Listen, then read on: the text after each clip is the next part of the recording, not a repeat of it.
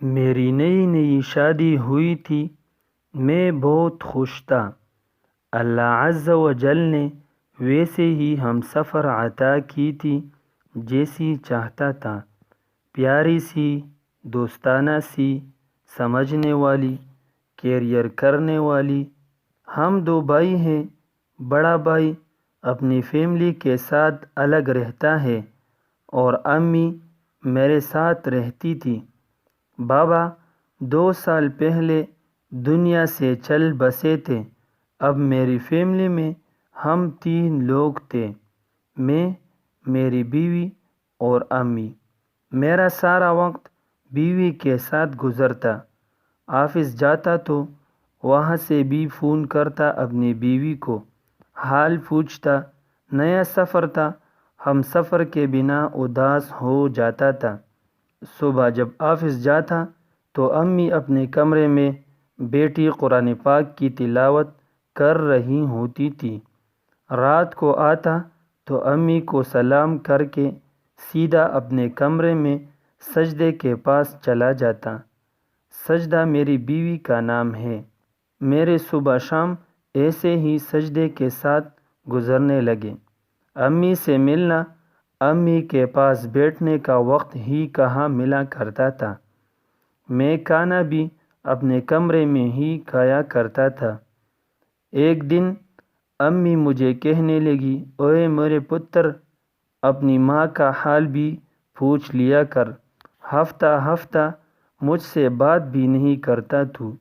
میں ہلکا سا مسکرایا، امی آپ کو تو پتہ ہی ہے آفس میں بہت کام ہوتا ہے، کیسے آتا ہوں یہ میں ہی جانتا ہوں، تک جاتا ہوں بہت۔ امی نے سر پر ہاتھ پھیرا اور دعائیں دینے لگی، اچھا اللہ میرے پتر کو سرد ہوا نہ لگنے دے، جا اب سو جا، جا کر سجدے، بیچاری انتظار کر رہی ہوگی تمہارا۔ میں کمرے میں چلا گیا۔ امی کے گھٹنے میں بہت درد تھا۔ اس دن شاید وہ کہنا چاہتی تھی مجھے ڈاکٹر کے پاس لے جاؤ، لیکن جب میں نے کہا میں تک گیا ہوں تو امی نے مجھے آرام کرنے کا کہا۔ سجدے کہنے لگی، یار دل کر رہا ہے برگر کھانے کو، جاؤ نہ لا دو۔ میں نے گھڑی کی طرف دیکھا، یار ٹائم دیکھ، 10 بج رہے ہیں۔ سجدے مسکرا کر بولی، تو کیا ہوا، جاؤ نہ لے کر آؤ۔ میں جب کمرے سے باہر آیا تو دیکھا امی خود ہی اپنی گھٹنا دبا رہی تھی، شاید ان کو بہت درد تھا۔ میں نے امی کو اگنور کر کے بائک سٹارٹ کی۔ امی نے پوچھا، کہاں جا رہے ہو بیٹا اس ٹائم میرے بچے؟ میں بولا، امی وہ سجدے کے سر میں درد ہے، اس نے کھانا نہیں کھایا، بس اس کے لیے برگر لانے جا رہا ہوں۔ امی نے ٹھنڈی آہ بھری، تو اس کو ڈاکٹر کے پاس لے جاتا نا۔ جب میں جانے لگا تو امی نے کہا، اچھا میرے گھٹنے میں درد ہے، آتے ہوئے کوئی دوا لیتے آؤ گے؟ میں بازار چلا گیا۔ برگر کی دکان پر کافی رش تھا۔ وہاں ایک دوست مل گیا، اس کے ساتھ گپ شپ کرنے لگا۔ اتنے میں برگر تیار ہو گیا۔ برگر لے کر گھر آ گیا۔ امی نے لنگڑاتے ہوئے دروازہ کھولا۔ میں نے بائک کھڑی کی، کمرے میں جانے لگا تو امی نے پوچھا، بیٹا میرا دوا نہیں لایا؟ میں نے اپنے سر پہ ہاتھ مارا، اف امی بھول گیا تھا، ابھی لے آتا ہوں۔ امی مسکرائی، نہیں بچے تم آرام کر لو، کل لے آنا۔ سجدے برگر کھانے لگی، میں موبائل پہ گیم کھیلنے لگا۔ امی شاید اس رات درد سے تڑپتی رہی ہوں گی، لیکن میں بے خبر رہا۔ دن گزرنے لگے، میں امی سے دور ہوتا چلا گیا۔ ہفتے میں ایک بار کبھی امی کا حال پوچھ لیتا، ورنہ امی کے کمرے میں کب جاتا تھا میں۔ اور بڑا بھائی، وہ تو امی سے ملنے بھی نہیں آتا تھا۔ جبکہ گھر بالکل قریب ہی تھا بھائی کا بھی۔ وہ اپنے بیوی بچوں کے ساتھ خوش تھا۔ اکثر امی مجھ سے پوچھا کرتی تھی، وقاص پتر تیرے بھائی کا کیا حال ہے؟ وہ بیچارہ پتہ نہیں کن مصیبتوں میں پڑا ہوا ہے۔ امی افسردہ لہجے میں کہنے لگی، کل دیکھا تھا اسے، اس کی داڑھی بڑھی ہوئی، بال بکھرے ہوئے۔ وقاص پتر اپنے بھائی سے پوچھنا سب خیر تو ہے نا؟ امی تڑپنے لگی، اللہ میرے بچی کی مشکلیں آسان فرما۔ میں نے تھوڑے سخت لہجے میں کہا، امی اس کو آپ کی تو پرواہ ہے ہی نہیں، آپ بس اس کے گیت گاتی رہتی ہے۔ ماں مسکرائی، ہائے میرے بچے، بہت سیدھا سادہ سا ہے وہ، بس فکر کرتی ہوں اس کی، وہ خود پریشان ہوگا اس لیے نہیں آتا ہوگا میرے پاس۔ میں غصے سے بولا، پریشان نہیں ہے، اپنے سالے کو نئی بائیک لے کر دی ہے، اس نے 1.5 لاکھ کی، پریشانی کہاں سے؟ ماں چپ ہو گئی۔ میں محسوس تو نہیں کر پایا، لیکن امی ہر گزرتے دن کے ساتھ کمزور سے کمزور ہوتی چلی جا رہی تھی۔ خیر دن گزرتے گئے۔ جس کمپنی میں میری جاب تھی انہوں نے مجھے دوسرے شہر بھیجنے کا پلان بنایا۔ مجھے وہاں نیا گھر دیا۔ میں بہت خوش تھا۔ سجدے کو بتایا، سجدے خوشی سے جھومنے لگی۔ امی آہستہ سے چلتی ہوئی ہمارے پاس آئی، پوچھنے لگی، کیا ہوا؟ شور کس بات کا ہے؟ میں مسکرا کر بولا، امی کمپنی کی طرف سے مجھے گھر ملا ہے، گاڑی بھی دیں گے، دوسرے شہر میں 5 دن بعد ہم کو جانا ہے۔ ماں مسکرانے لگی، اچھا پتر، اللہ خیر کرے گا۔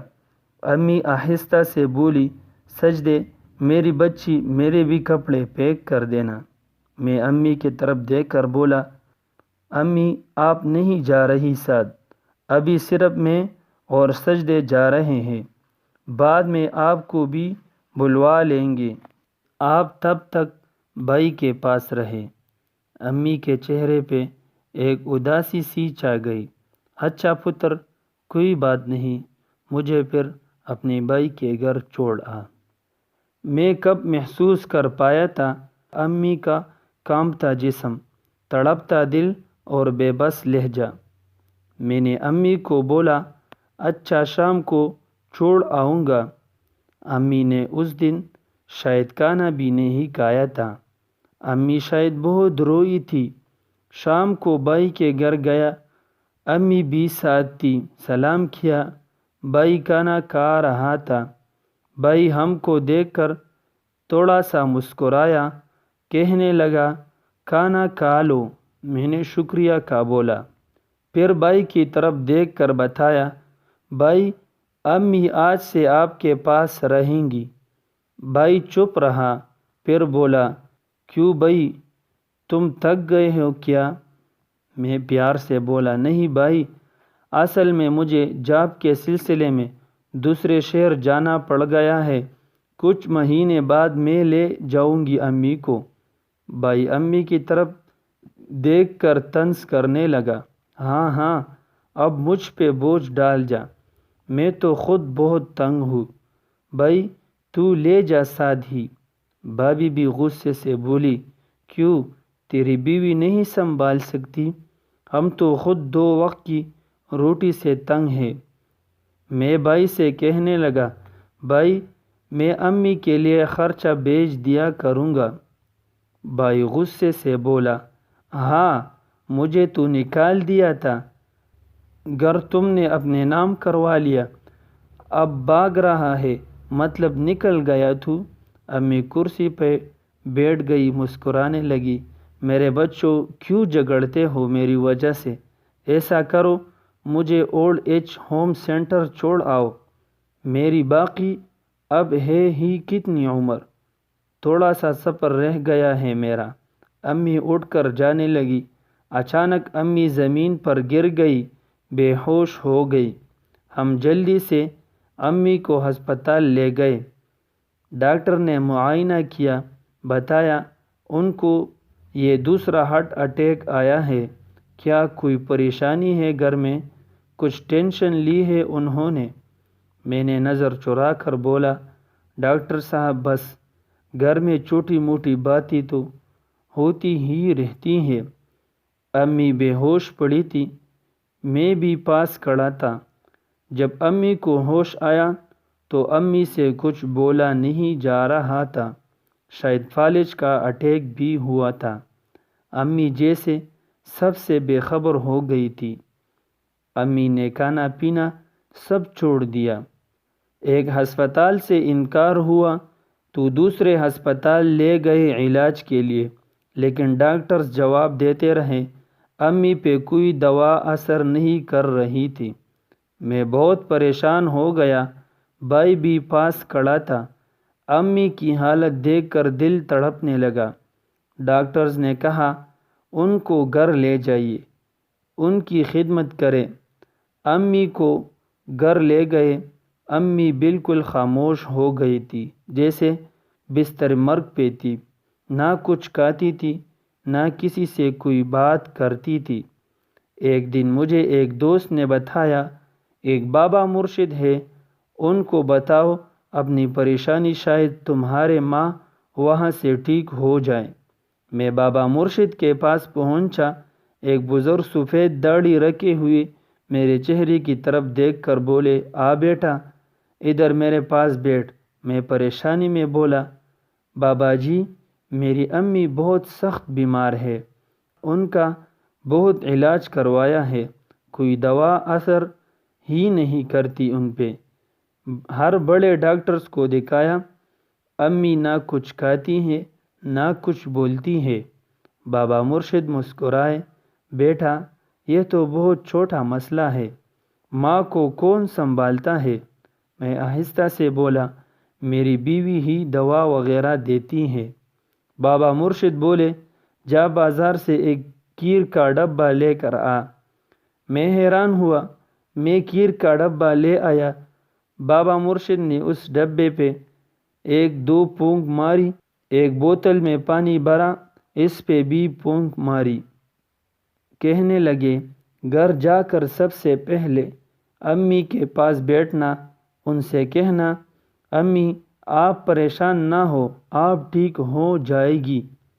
کھیر بنا کر اپنے ہاتھوں سے کھلانا، اور یہ دم کیا ہوا پانی اپنے بھائی سے کہنا وہ پلائے اپنے ہاتھ سے امی کو۔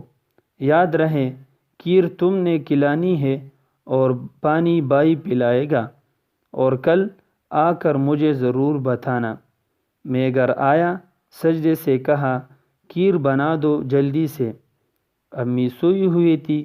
میں پاس گیا، آہستہ سے امی کو آواز دی، امی جان۔ امی نے آنکھ کھولی۔ میں نے سر پہ ہاتھ رکھا، امی کو سہارا دے کر بٹھایا۔ امی کا ہاتھ تھاما، پیار سے بولا، امی جان آپ بالکل ٹھیک ہو جائے گی۔ میں آج آپ کو اپنے ہاتھ سے کھانا کھلاؤں گا۔ سجدے کھیر بنا کے لے آئی۔ بھائی پاس بیٹھے تھے۔ میں اپنے ہاتھ سے امی کو کھلانے لگا۔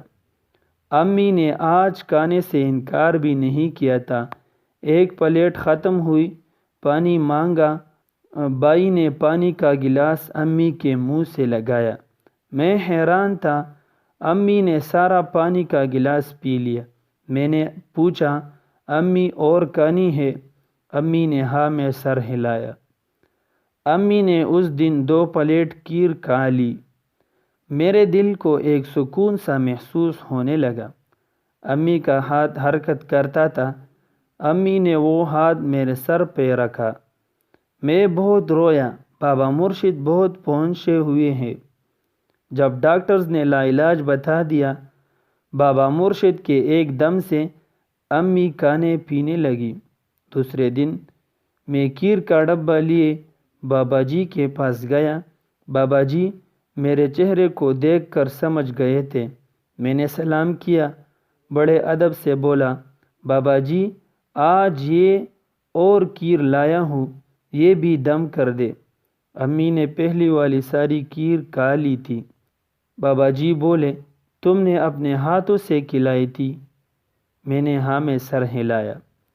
بابا جی نے میرے کندھے پہ ہاتھ رکھا، ایک لمبی سانس لی اور بولے، پتر سچ بتاؤ تو نہ پانی پہ میں نے کچھ پڑھ کر پونک ماری تھی نہ کھیر پہ۔ بیٹا جب تم نے بتایا تھا امی اتنی بیمار ہے اور دوا تمہاری بیوی دیتی ہے، میں سمجھ گیا تھا ماں کو اپنی بچوں کی محبت چاہیے ہوتی ہے۔ ماں کا پورا سنسار مانگتی ہے۔ جب اس کا بیٹا مسکرا کر ماں سے پوچھتا ہے، امی آپ کیسی ہیں؟ خدا کی قسم ماں جتنی بھی تکی ہوئی ہو، بیمار ہو، تندرست ہو جاتی ہے۔ بیٹا ماں دوا سے کبھی ٹھیک نہیں ہوتی۔ اولاد کے محبت برے چند الفاظ ہی ماں کی شفا بن جاتے ہیں۔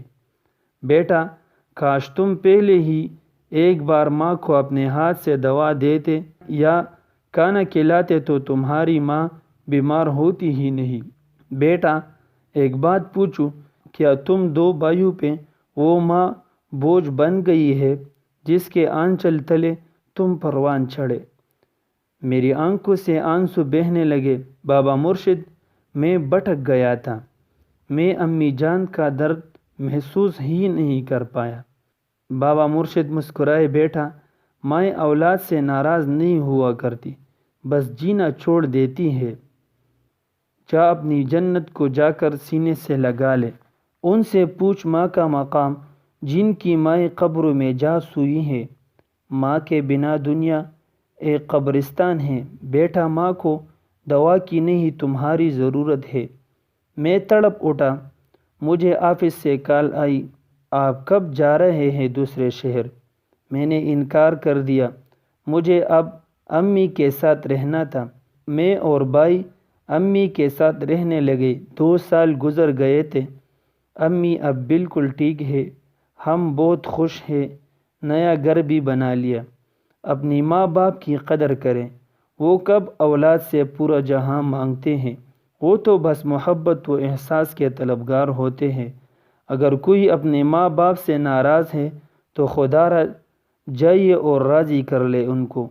خدا کی قسم ماں کو سینے سے لگا کر تو دیکھیے، آپ کی دنیا بدل جائے گی۔ ہر دکھ خوشیوں میں بدل جائے گا۔ اللہ کرے کسی کے دل میں میری بات اتر جائے۔